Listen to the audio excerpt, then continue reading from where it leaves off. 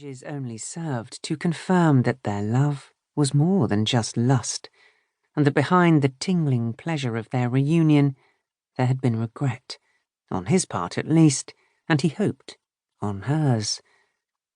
What might have been if not for the demands, antiquated rules and expectations of others?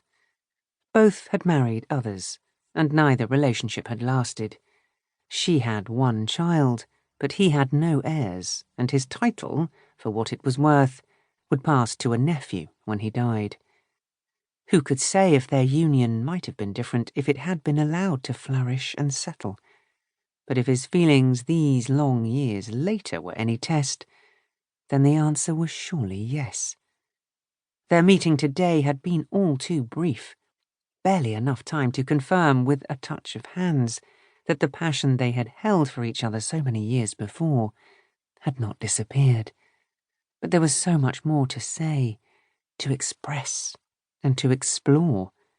He wanted to see her again, not to reignite the fires of their brief love affair, but to re-establish their friendship. Tomorrow they would dine together and talk, he hoped, as he finally put pen to paper. My dear Nellie, what can I tell you of the tender emotion that I have felt again after so many years? It seemed to me that it was yesterday that I said au revoir to you, and that I found myself near to you the same, in spite of the age I then had nearly 30 years ago. I was so happy to find you, in spite of your sufferings, moral and physical, the same Nellie, who has never changed and who remains in my life. Sometimes so sad, the only constant and faithful friend whom, even in the delirium of death that I so closely escaped, my soul and heart reached across space. For you know me and understand me. In spite of all the world has done to separate the one from the other, I am satisfied, because the confidence you give me is my recompense.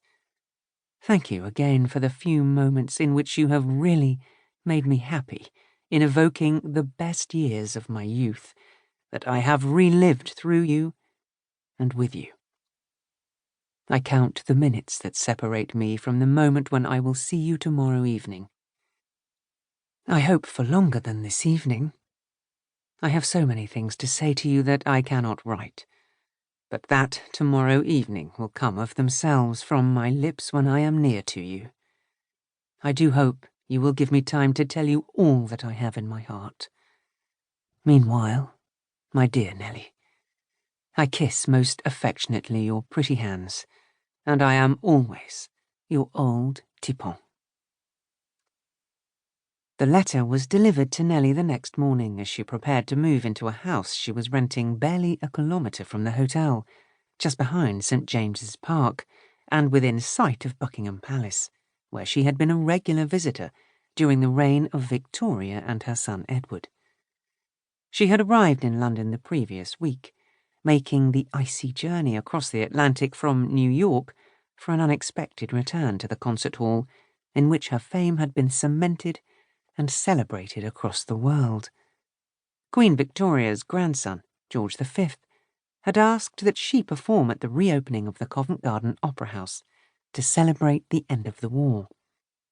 The building had been shuttered and used as a furniture warehouse during the years of conflict, although its paint had faded, gilded stalls dulled and curtains worn. It was time to reawaken the city's cultural heartbeat, and Nellie Melba, the supreme soprano of her day, was the person who would headline its revival. But it was not the upcoming concert that had dominated her thoughts in the days since her arrival, but the man whose infatuation with her had threatened to wreck her career at the very moment it was set to triumph. Despite the furore that followed, she had never once regretted their liaison. Rather, she had mourned its demise. There were few people who knew the details or the depth of their affection. She had long known that Philippe lived in a great house named Wood Norton at Evesham on the edge of the city, but something had always stopped her from making contact. She was not sure.